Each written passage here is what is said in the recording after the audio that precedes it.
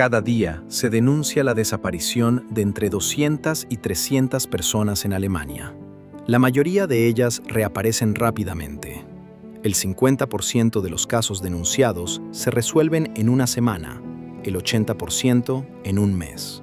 Sin embargo, también hay personas que pertenecen al 3% que llevan desaparecidas más de un año. Una de ellas es Daniel Eberhardt. En octubre de 2004, tras salir del colegio, el joven se sube a un tren regional y desaparece sin dejar rastro durante el trayecto. A día de hoy, sigue sin estar claro qué le ocurrió a Daniel Eberhardt. ¿Cómo pudo suceder esto? ¿Y quién podría estar relacionado con la desaparición de Daniel?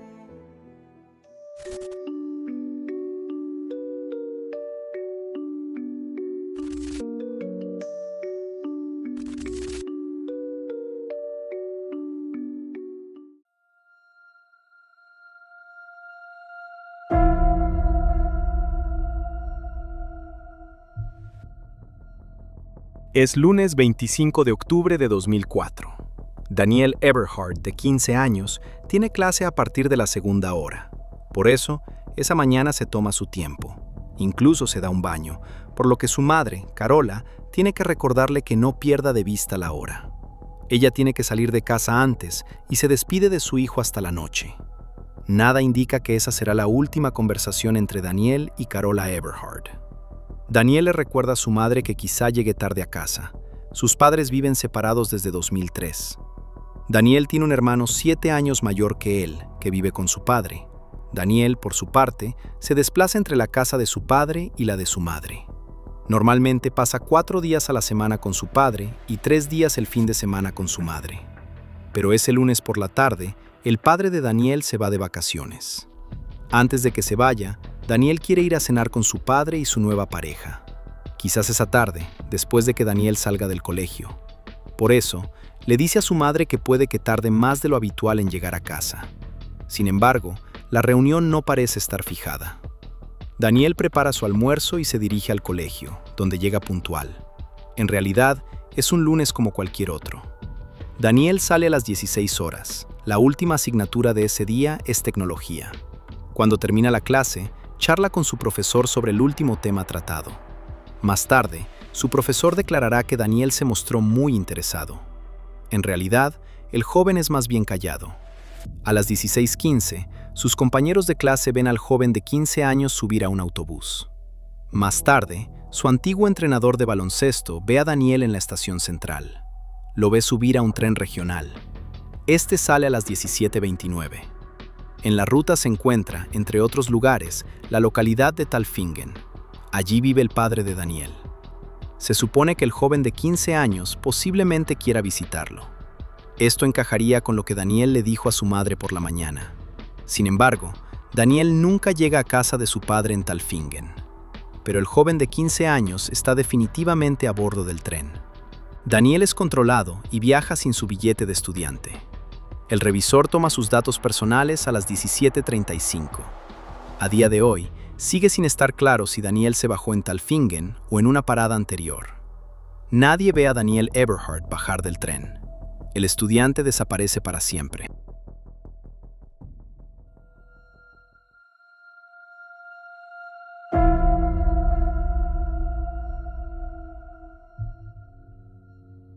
Carola Eberhardt llega tarde a casa la noche del 25 de octubre de 2004. Después del trabajo, tiene una cita para ver un piso. A partir de 2005, Daniel volverá a pasar más tiempo con ella. Por eso está buscando un nuevo piso donde Daniel pueda tener una habitación más grande.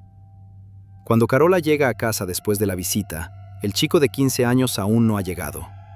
Por eso llama a su exmarido para preguntarle cuáles son los planes de Daniel para esa noche. Al teléfono responde su hijo mayor. Solo entonces se dan cuenta de que Daniel no ha aparecido ni en casa de su padre ni en la de su madre después del colegio. Carola, su hijo mayor y el padre de Daniel discuten juntos qué hacer ahora. Ninguno de ellos sabe dónde está Daniel. A pesar de ello, deciden que el padre de Daniel se vaya de vacaciones esa noche como estaba previsto y se dirija al aeropuerto. El hermano de Daniel espera en el piso del padre, mientras que Carola se queda en su casa. Al fin y al cabo, Daniel debería aparecer tarde o temprano en uno de los dos pisos. pero eso no ocurre. Hacia las 22 horas, Carola Eberhard avisa a la policía. Los agentes la tranquilizan en un primer momento. Daniel es un adolescente que quizá necesite algo de espacio, pero las palabras tranquilizadoras no logran calmar la preocupación de Carola. A la mañana siguiente, el 26 de octubre de 2004, llama directamente al colegio de Daniel. Pregunta si su hijo ha acudido a clase, pero el joven de 15 años falta sin justificación. En los días siguientes, se busca a Daniel con perros y helicópteros, pero no se encuentra ni rastro de Daniel Eberhard. La policía encuentra todo tipo de objetos personales en la taquilla de Daniel en el colegio. Su cartera con sus documentos de identidad, su móvil, su reproductor de MP3 y sus gafas. Solo se ha llevado su mochila escolar negra. Poco después de su desaparición, se informa en televisión sobre el caso de Daniel Eberhard. A raíz de ello, 15 personas llaman al estudio. 2 testigos creen haber visto a Daniel en el extranjero. Otro afirma haber visto a Daniel en un tren. Otro más dice haberlo visto en un lugar a 4 horas de distancia. La comisaría de policía competente investiga todas las pistas, pero lamentablemente, la emisión no da ningún resultado en la investigación. Daniel Eberhard sigue desaparecido. 4 meses después de la desaparición de Daniel, su madre, Carola, recibe una llamada. Al principio hay silencio en la línea. Luego oye una respiración superficial. En el fondo, se oyen voces bajas que parecen de adolescentes. Está segura de que quien llama es su hijo Daniel. Aparte de la respiración, la persona que llama no emite ningún sonido. La llamada dura casi 3 minutos, antes de que Carola diga el nombre de su hijo en el auricular. Cree percibir una vacilación al otro lado de la línea. Entonces, la conversación termina. En los años siguientes, se producen llamadas similares en repetidas ocasiones. En total, más de 15. Una de ellas dura 35 minutos. Durante todas estas conversaciones, solo habla Carola. Del otro lado de la línea no se oye ni una palabra. Solo en una de las llamadas, Carola oye una alarma estridente de fondo. El sonido es tan fuerte y repentino que Carola, asustada, pulsa el botón para colgar. Es el único ruido llamativo. Durante las demás conversaciones, Carola solo oye una respiración superficial antes de que cuelguen. Sin embargo, estas llamadas son una especie de esperanza para la madre de Daniel. Quizás sea un intento del desaparecido de comunicar de alguna manera que se encuentra bien. La última de estas llamadas se produce el 26 de octubre de 2009. Es decir, exactamente 5 años y un día después de la desaparición de Daniel, que entonces tenía 15 años. Desde entonces, no ha habido ningún otro posible signo de vida.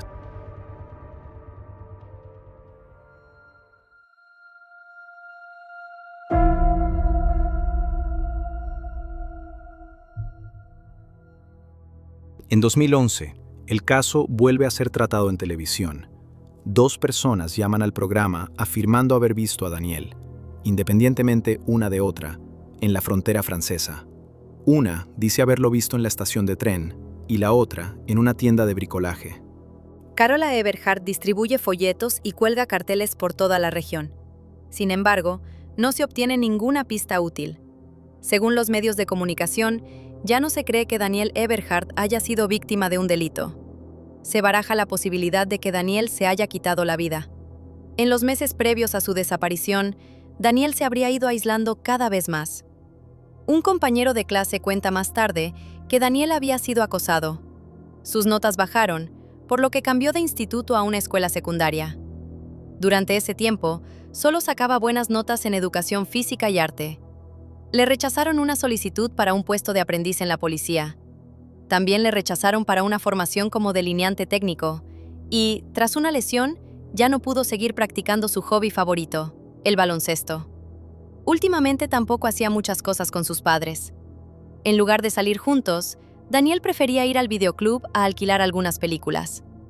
Por lo demás, Daniel pasaba la mayor parte del tiempo delante del ordenador, en salas de chat. Se dice que incluso durante las pausas para comer en el colegio, se escapaba a un cibercafé. Su madre encuentra en el cajón de su escritorio un dibujo hecho por Daniel. En ella se le ve, supuestamente a él mismo, saltando desde un acantilado. Sin embargo, su madre Carola no cree que su hijo esté muerto. Al fin y al cabo, Durante las labores de búsqueda nunca se encontró ningún cadáver. Por eso, la madre de Daniel no pierde la esperanza. En cambio, ella misma sigue otras pistas. Por ejemplo, baraja la posibilidad de que Daniel haya entrado en una secta o una organización similar. No era muy seguro de sí mismo y estaba pasando por una etapa difícil. Por lo tanto, es posible que haya conocido a personas con mala influencia en Internet. Carola incluso pregunta en organizaciones relevantes, pero no obtiene ningún resultado.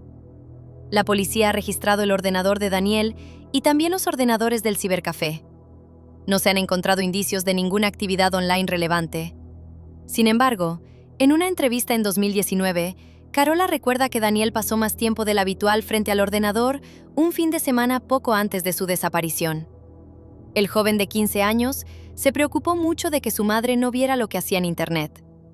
También imprimió algunas páginas. Cuando se le preguntó al respecto, lo descartó y afirmó que las impresiones eran solicitudes de empleo. A posteriori, esto le parece extraño. Sin embargo, se desconoce si este comportamiento podría tener algo que ver con su desaparición. Después del trabajo, Carola recorrió durante un tiempo las calles de las grandes ciudades del sur de Alemania y preguntó a la gente, siempre con la esperanza de que alguien hubiera visto a Daniel y pudiera recordar algo importante. La madre de Daniel sigue todas las pistas que puede encontrar. La búsqueda les lleva incluso hasta Francia. Allí solían pasar las vacaciones ella y Daniel, y él se sentía muy a gusto en Francia.